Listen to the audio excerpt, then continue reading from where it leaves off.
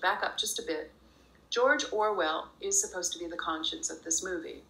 He opens the movie of typing up Animal Farm, narrating what he's typing in 1933.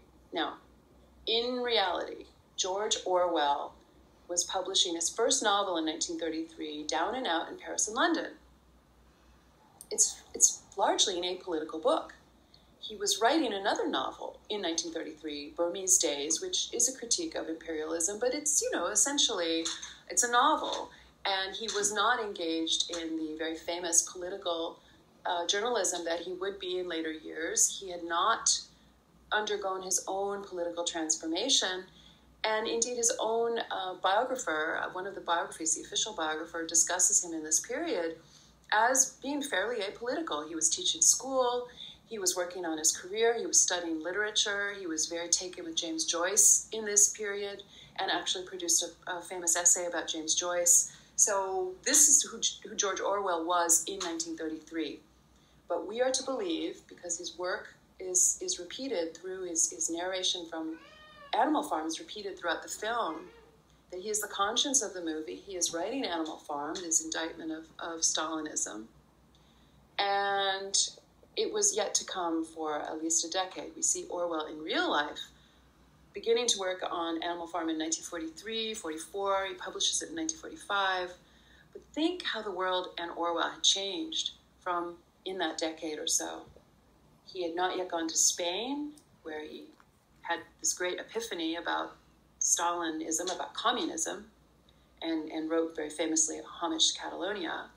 He had not seen what happened with World War II. He had not had his own political odyssey yet at all.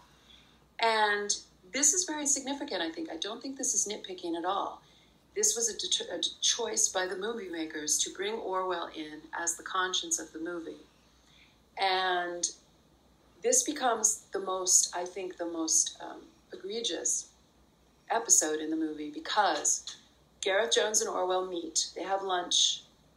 Gareth discusses this, his own feelings of concern about discussing the famine, lest the Metro Vickers engineers are killed, which again is not what happened, but they have this discussion, and Orwell says something about, well, you will do what is right. We have every right to hear it. It is your duty to say it, etc.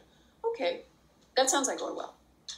The next scene, Gareth Jones, they give him a very short little shrift on his actual press conference somewhere in England, which it didn't happen. And it looks like kind of a rural setting. I don't know where it was. Maybe it was in Wales, supposedly, but it was all made up. Orwell's in the audience, which didn't happen, okay. But here we are with Orwell, our conscience of the movie. And what happens then? He comes up to Gareth Jones, and I just would like to read this snatch of dialogue because it's pretty bad. So he comes up to him, and he says, that's quite a story. Now, they have this cadence in the movie where they're very, hushed, it's quite a story. And Gareth Jones, yes, it's quite, they have this very weird cadence. But anyway, I'll read it normally so you can understand it. He says, it's quite a story. Maybe the Soviets are doing the best they can, making the best decisions they can, given the circumstance. What about the free schools, the free hospitals? This is George Orwell. He's just heard that 1 million or more people, Gareth Jones obviously didn't know the numbers, millions of people are starving to death as a result of collectivized farming. And George Orwell would then say, what about the free hospitals? Does that make any sense? There's something very ugly here. I don't like this at all. So Gareth says, yes, but at what cost? Orwell says, a more egalitarian society does exist.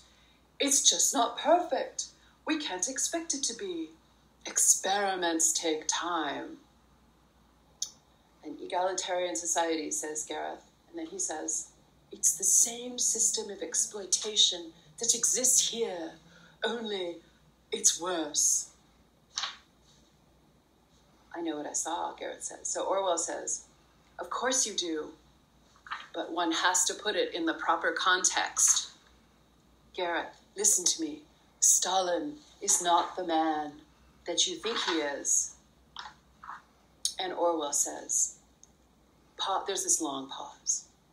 Are you saying there's no hope? That's the end of the scene. Cut.